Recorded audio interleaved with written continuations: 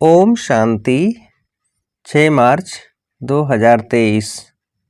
ईश्वरीय ज्ञान। आज की मुरली।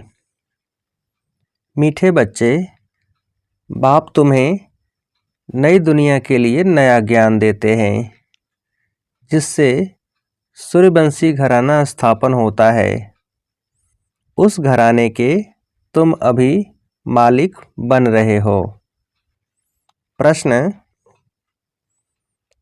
किस बात का निश्चय पक्का हो तो वर्षे के अधिकारी सहज बन सकते हैं? उत्तर: पहले पहले यह निश्चय हो जाए कि बेहद का वही बाबा स्वर्ग बनाने आया है। धंधाधोरी करते यह याद रहे कि हम उस बाबा के बच्चे हैं।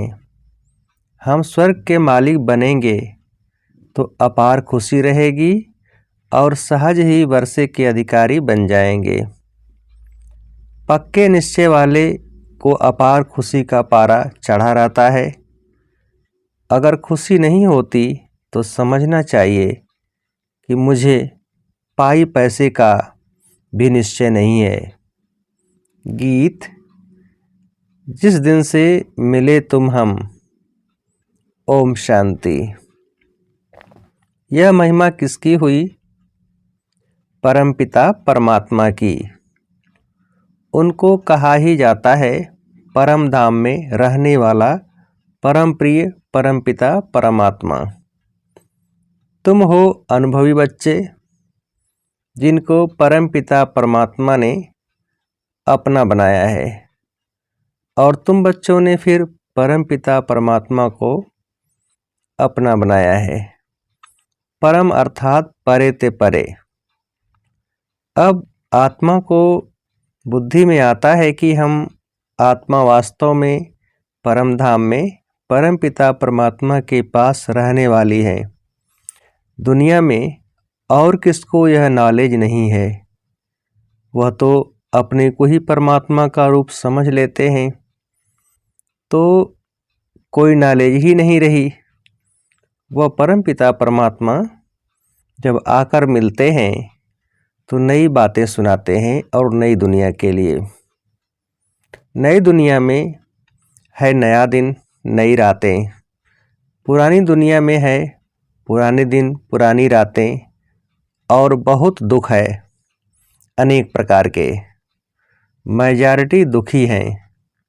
रात को काम कटारी चलाते, दिन में भी पाप करते रहते। नई दुनिया में सदैव सुख ही सुख रहता है, यह तो जरूर बुद्धि में रहेगा। नई दुनिया में सूर्यवंशी लक्ष्मी नारायण की राजधानी है।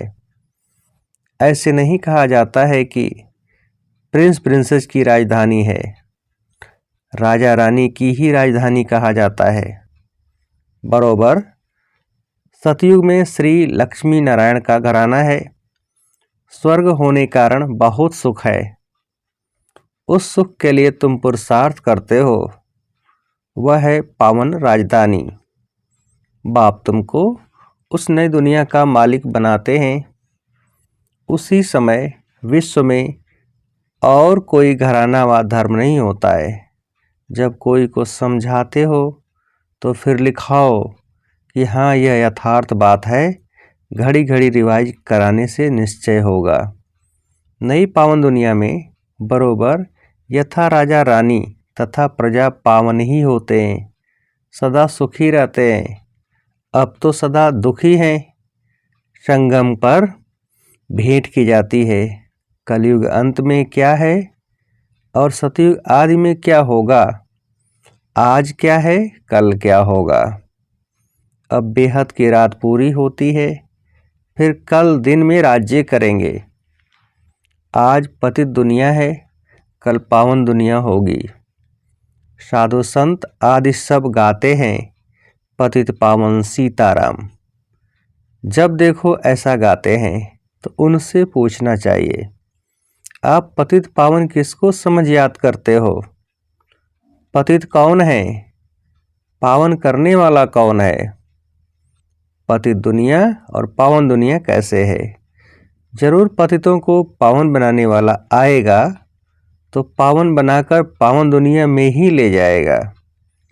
कलयुग अंत को पतित दुनिया, सतयुग आदि को पावन दुनिया कहा जाता है। उसको ही सब याद करते हैं। पावन दुनिया है ही स्वर्ग, तो जरूर स्वर्ग स्थापन करने वाला निराकार परमपिता परमात्मा ही है। पावन दुनिया स्वर्ग का रचयिता है ही परमपिता परमात्मा। नरक के रचयिता रावण की महिमा नहीं होती है, उसको जलाते रहते हैं। मनुष्य जानते नहीं है, नाम रख दिया है रावण। इन जैसा मनुष्य कोई हो न सके। मनुष्य तो पुनर्जन्म लेते हैं, नाम रूप बदलते जाते हैं। रावण का नाम रूप कभी बदलता नहीं है। यह 10 शीश ही चलते आए हैं, दिन प्रतिदिन फुट आधा लंबाई बनाते जाते, क्योंकि रावण अब बड़ा होता जाता है, तमो प्रधान हो गया है और उनको जलाते ही आते हैं। अभी तुम समझते हो पतित कौन बनाता है। इन 5 विकारों को ही रावण कहा जाता है। यही दुख देते हैं, पतित बनाते हैं।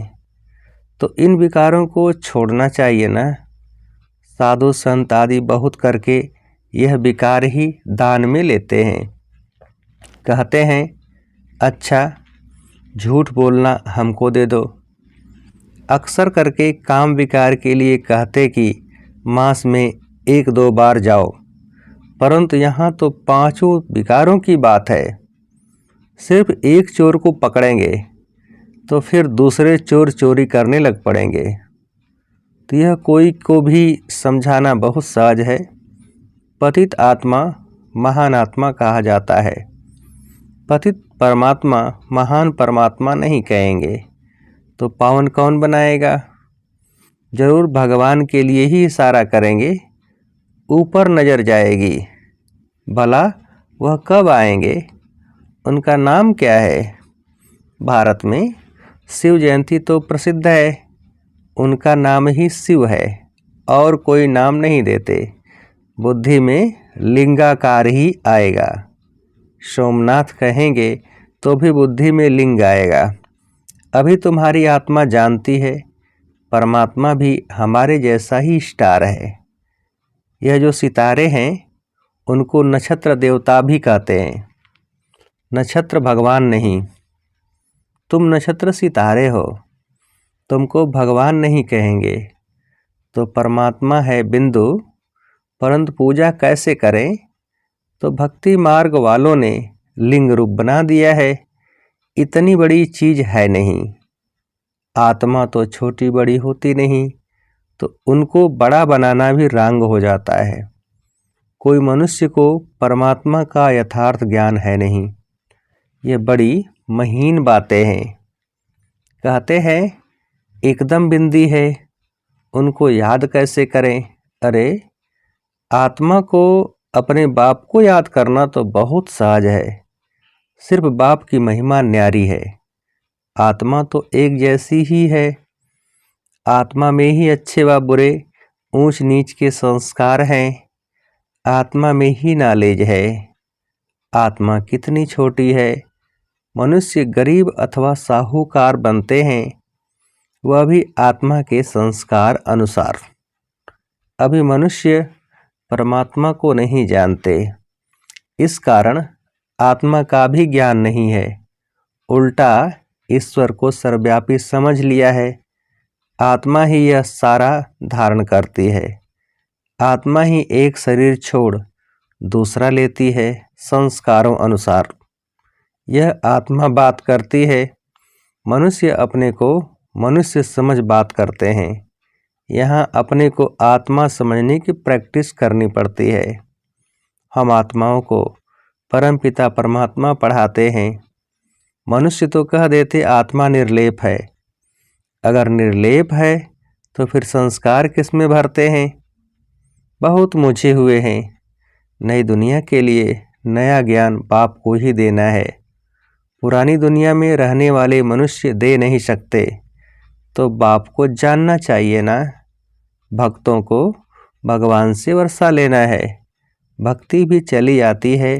ठिक्कर भीतर में परमात्मा को ढूंढते रहते हैं। समझते हैं सब परमात्मा के रूप हैं। वास्तव में हैं सब भाई भाई। लक्ष्मी नारायण से लेकर जो भी मनुष्य मात्र हैं सब भाई भाई हैं अथवा भाई बहन हैं, क्योंकि प्रजापिता ब्रह्मा की औलाद हैं। अगर शिव की औलाद कहें तो वह निराकार आत्माएं हैं।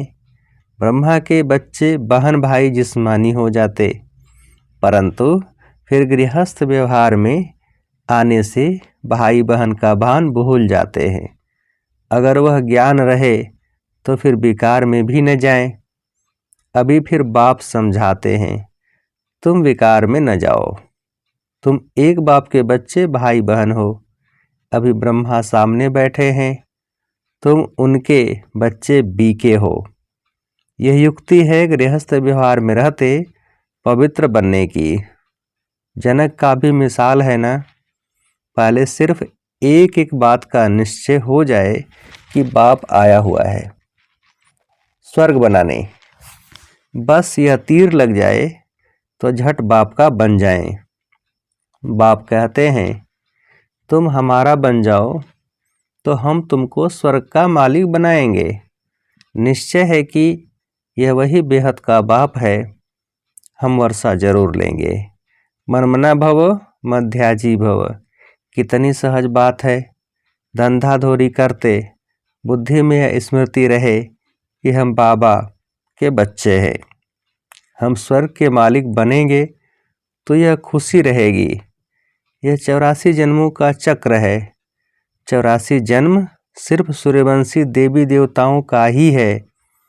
तुम जानते हो हम सुदर्शन चक्रधारी हैं। सिर्फ चक्र कहने से जन्म सिद्ध नहीं होते, इसलिए कहना है कि हम 84 जन्मों को जानने वाले सुदर्शन चक्रधारी हैं। तो बाप भी याद आएगा, 5 युग भी याद आएंगे। अब फिर जाता हूँ स्वर्ग में। हमारे 84 जन्म पूरे हुए, बुद्धि में चक्र फिरता रहे और शरीर निर्वाह अर्थ काम भी करता रहे। बाबा ने कहा है सुदर्शन चक्र का ज्ञान मेरे भक्तों को देना। उनको समझाने से झट यह निश्चय होगा बरोबर हम 84 जन्म लेते हैं। 84 जन्म न लेने वाला होगा तो उनको धारणा ही नहीं होगी। 84 जन्मों का अर्थ ही है पहले पहले हम सूर्यवंशी में आएंगे। थोड़ा भी कोई सुनकर जाएगा तो स्वर्ग में जरूर आएगा, परंतु 84 जन्म नहीं लेंगे, देरी से भी आ सकते हैं। उनके फिर 84 जन्म थोड़े ही होंगे। यह ज्ञान की कितनी महीन बातें हैं, कितना हिसाब किताब है। फिर भी बाप कहते हैं अच्छा, अगर इतना गुह्य राज नहीं समझते हो तो भला बाप का बन वर्षा तो लो। हम शिव बाबा के बच्चे हैं। वह स्वर्ग का रचयिता है, यह नशा रहना चाहिए, परंतु माया ठहरने नहीं देती है। कोई तो कहते हैं बाप और वर्षे को याद करना यह कोई बड़ी बात नहीं, माया हमको क्या करेगी, हम तो जरूर वर्षा पाएंगे। कितनी सहज बात है।